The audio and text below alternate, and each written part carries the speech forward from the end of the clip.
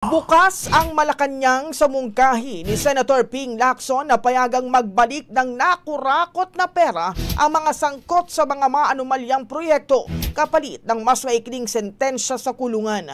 Ayon kay Palace Press Officer Claire Castro, ikinukonsidera ng administrasyon ni Pangulong Ferdinand Marcos Jr.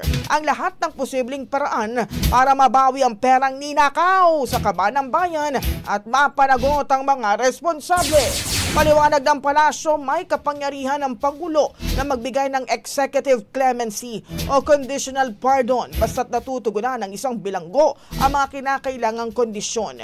Bagamat wala pang konkretong plano hinggil sa panukala, tiniyak ng palasyo na bukas ang Pangulo sa mga mungkahing makakatulong sa laban kontra korupsyon hanggat hindi ito maaabuso at mananatiling patas sa batas.